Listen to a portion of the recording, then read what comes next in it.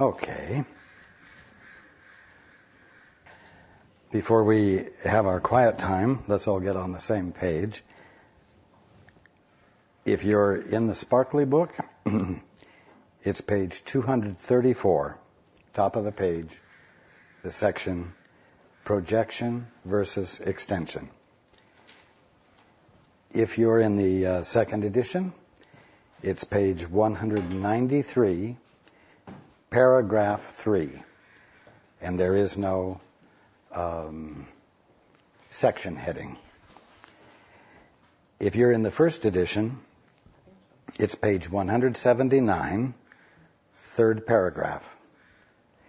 And if you're reading from the JCIM, it's page 98, the section Projection versus Extension. Okay, let's take a few moments to be quiet together.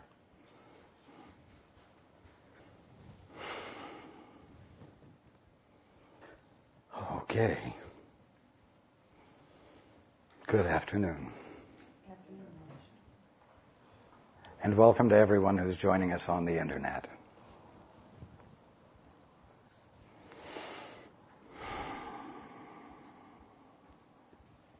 We've been talking the last few weeks about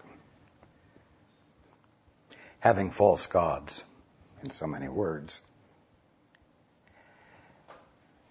We've talked about the first commandment, thou shalt have no other gods before me, and the second, thou shalt not make unto thee any graven images or any likeness of anything in the heavens above, the earth beneath, or the waters under the earth. And I've been homing in on the word likeness, because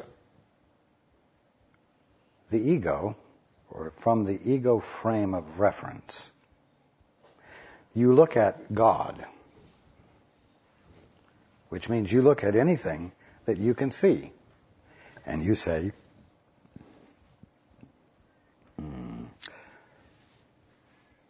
that's an elderly lady, that's a fat woman, that's a young person, inexperienced, that's a beautiful person. And as you do that, and you apply a definition to what you're looking at, you are creating a likeness. And if you believe what you're saying, you serve that likeness. You behave on the basis of that likeness.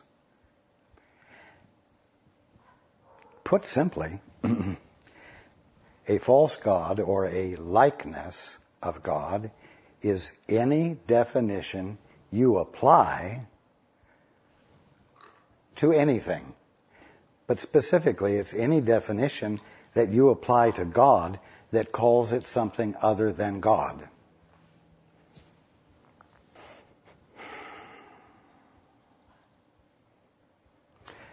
Those first two commandments lay the groundwork for being awake. Have only one God, and don't make any likenesses of that God.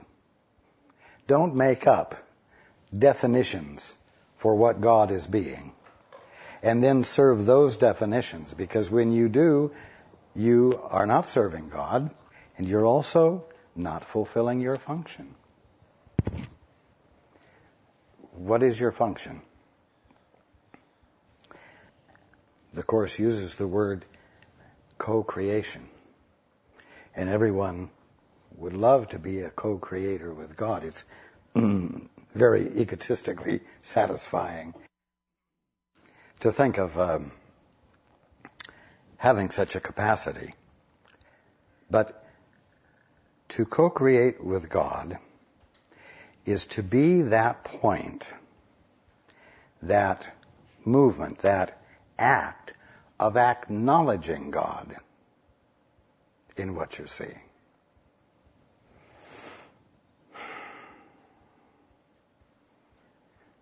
And I'll tell you, when you look at your neighbor and you say, wow, she's a real bitch, you're not acknowledging God. And you're not co-creating with God. You're engaged in nothing, an act that is empty. And in the absence of your ability or willingness to see God there, you've divorced yourself, separated yourself from God, and as I said, you're not fulfilling your function, which is to be seeing God there and to have no other wish on your mind except to stand in awe of God. God treasures your attention, but you withhold your attention from Him when you look at each other or you look at anything and you give it a different definition and choose to honor that definition. So you've withdrawn your attention from God and you've given it to the definition that you prefer to apply to that aspect of God, we'll say. This application of a definition to the presence of God is the meaning of the word projection.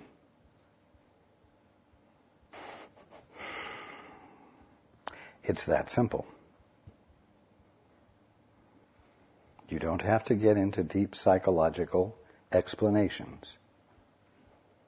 Now, it's very important to understand that the lady that you've described as beautiful, or the lady that you've described as elderly, or the gentleman that you've described as fat, is not a projection. What you've called them is a projection, but what you're seeing is not. The world is not a projection of your ego. And the world and universe will not disappear when you stop projecting your private personal definitions upon them. What will happen when you stop applying your definition to these things is that in the absence of the noise, the static of your thinking processes, what everything is will have an opportunity to register with you, because you won't be making noise that you distract yourself from reality with. Now, some of the definitions you govern yourselves by, we'll say, did not originate with you. Some of them originated with your parents or those you accepted as your teachers in one way or another. And so a loving parent might at one point have said, you know, I know you love to build things, but building things requires a knowledge of math. And math just doesn't happen to be one of your skills. It's not something you're adept at. But you are very adept, musically speaking. And so I would encourage you, instead of going into construction, to go into the field of music. Now, this might sound like a very caring and loving and constructive and supportive thing to say. But what may the child have heard? You're not very adept at math. And so for the rest of that child's life, he doesn't tackle things that require math and doesn't apply himself to be curious about the principles of math. And so he gets to be 45 years old, and whether or not the statement was true, he is not very skilled at math. So some of the definitions you have adopted from other sources, and some of the definitions you apply to yourself are ones you made up along the way, all by yourself. But you know what? There's no one that math can't be taught to if you have a teacher who's willing to take the time and find the way in which to express it that piques the curiosity of the student and gives him the impression that it's something he can comprehend. Then that student will let go of this definition and open himself up to the pleasure of finding that he's quite capable. Now, let's also get very clear on something else.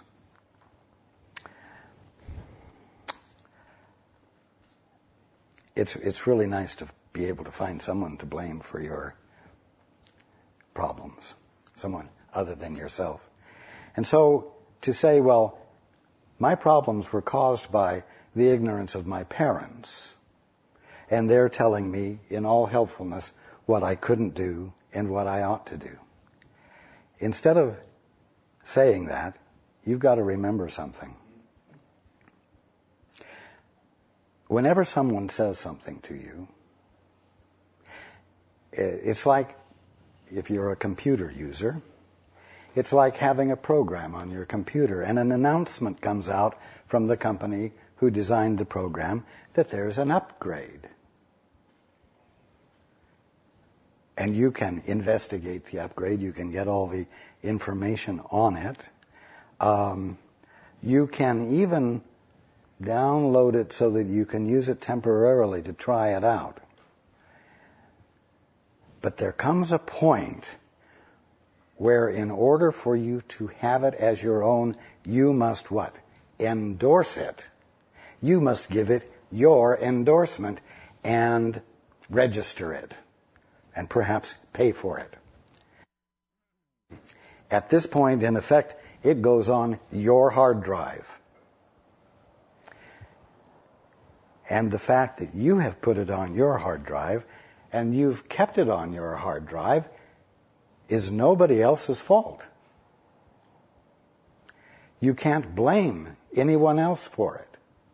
So if your parents have said you're not very good at math, or you're not very good at this, or you really will never be very good at social interactions, you are a misfit.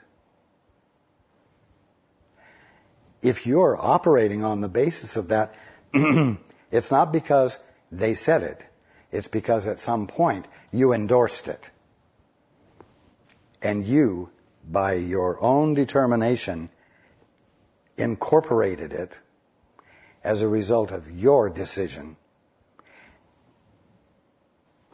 And the simple fact is that no matter where your definitions came from, they still constitute false gods.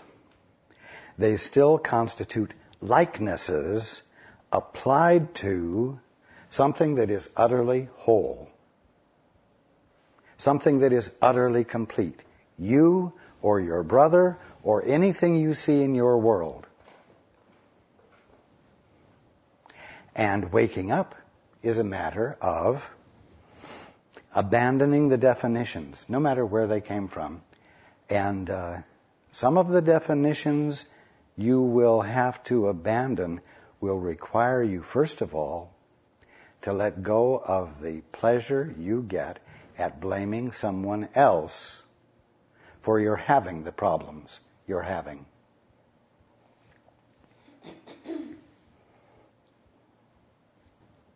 All problems are the evidence of having applied a definition on top of the presence of God, on top of creation itself, and honoring that definition and thus obscuring creation. And by obscuring creation and refusing to see it because you value the definition you have made up more than what it really is, you neglect to recognize God there, which is your God-given function and is the part you play in co-creation. Let's go into the book.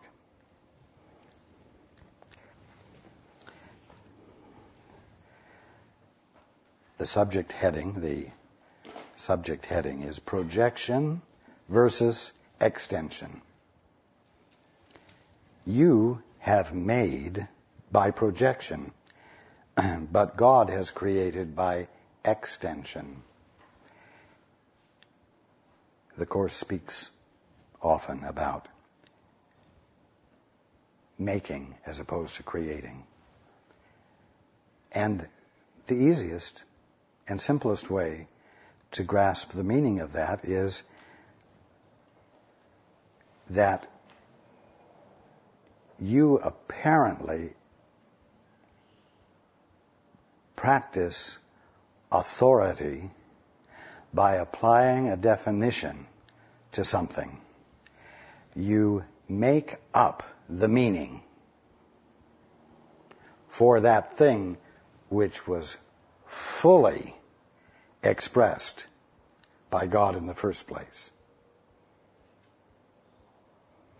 So, after you have made up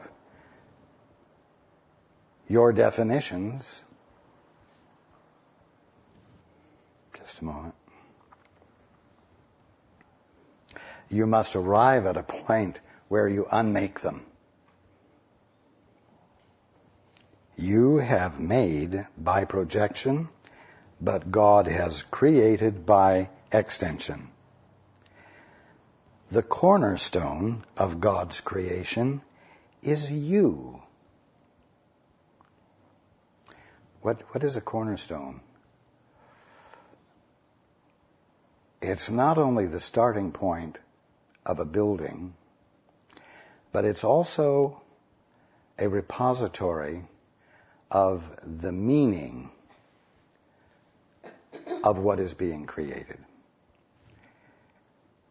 You are the cornerstone of God's creation because, in effect, you are that which completes it by embodying it.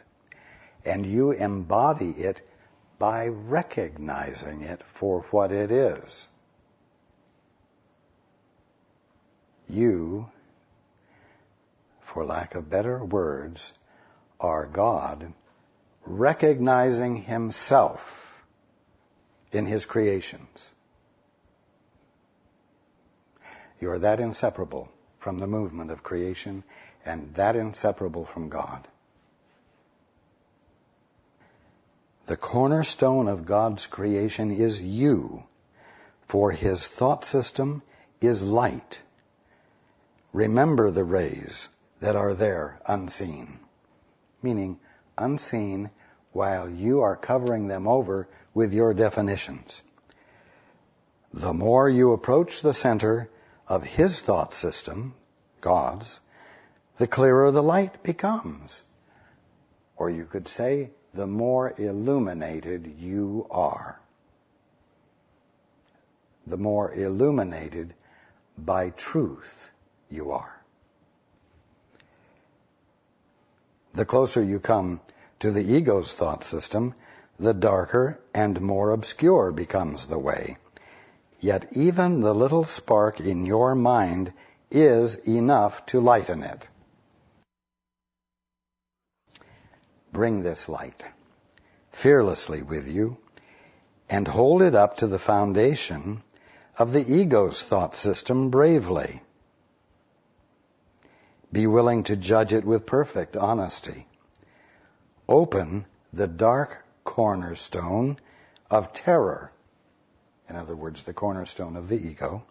Open the dark cornerstone of terror on which it rests and bring it out into the light. There you will see that it rests on meaninglessness and that everything of which you have been afraid was based on nothing. My brother, you are part of God and part of me. When you have at last looked at the ego's foundation without shrinking, you will also have looked upon ours, meaning our foundation.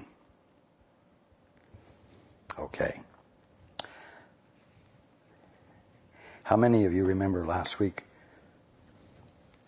from last week, what we described as the cornerstone, as the thing that you have hidden away out of sight, which is the cornerstone of the ego's frame of reference? I'm not going to make you answer that in front of everyone.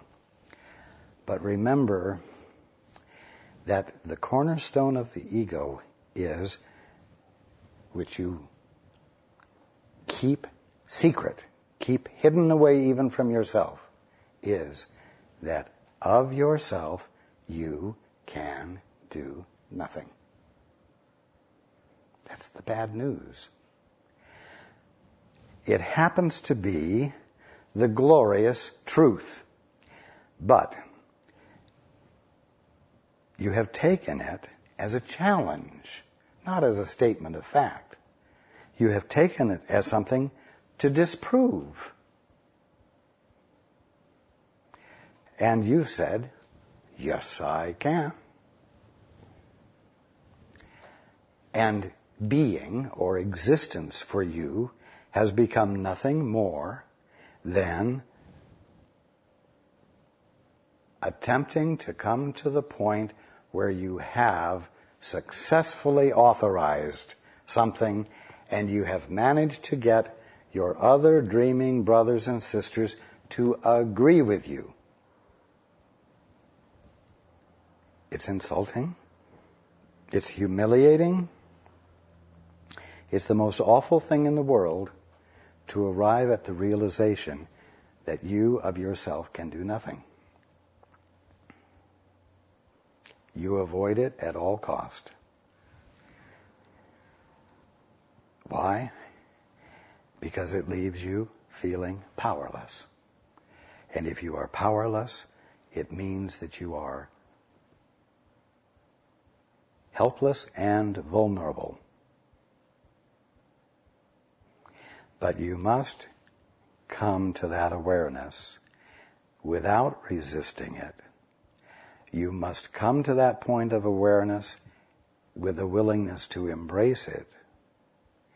If you are to get out of the crab barrel, if you are to escape the bondage to all of the ignorance that follows the false premise that you of yourself can do something. You see, when you have at last looked at the ego's foundation without shrinking, you will also have looked upon ours. You see, when you're willing to look at the fact, not just intellectually, but I'm going to say with commitment, when you're willing to look at the fact that you of yourself can do nothing, and yet you exist. Even if you of yourself can do nothing, you still exist. You are still experiencing being. It means that you, because of something else, exist. You, because of something else, can act. Aha, that is the cornerstone of the Father's thought system. I, with my Father, can do all things, you see? That's what the words, I of myself can do nothing, really means. It says, because you still find yourself existing, then you, because of the Father, because of your Father, because of what your inheritance is, because of what your birthright is, by virtue of what your Father is, can do all things. You see? But you must be willing to go into that dark, hidden place where you've covered up the realization that you of yourself can do nothing, and there's nothing to be done about it. And abide with that, I said with commitment, meaning without any desire to change that fact in any way, shape, or form. So, again, because it's important, when you have at last looked at the ego's foundation without shrinking, you will also have looked upon ours. I come to you from our Father to offer you everything again. Do not refuse it in order to keep a dark cornerstone hidden, for its protection will not save you. I give you the lamp, and I will go with you. You will not take this journey alone. I will lead you to your true Father, who hath need of you, as I have. Well, what does that mean? I will lead you to your true Father. It means that I will lead you to the place in your conscious awareness where you are able to look at a thing and see God there instead of your definition. It doesn't mean I'll lead you to a man in the sky with a long white beard, but I will take you to the evidence of creation and help you to see it for what it is. The ongoing, ever-present act of God being the movement of creation in all of its glory, so that you are seeing it, experiencing it, feeling it in all of its glory, and standing in awe of it with the inescapable realization that what you are experiencing is God, and not what you had thought it was. And not only that, you seeing it as God is a God-given capacity that is your nature and your function, so that your seeing it for what it is part and parcel of the experience of the Godness of everything, including yourself. Will you not answer the call of love with joy? No. Your habits are still too delicious to you. It's still too easy to apply a snap judgment. Something happens and out of your mouth comes, she's a difficult one to deal with. Or he just won't shut up. He's so insensitive.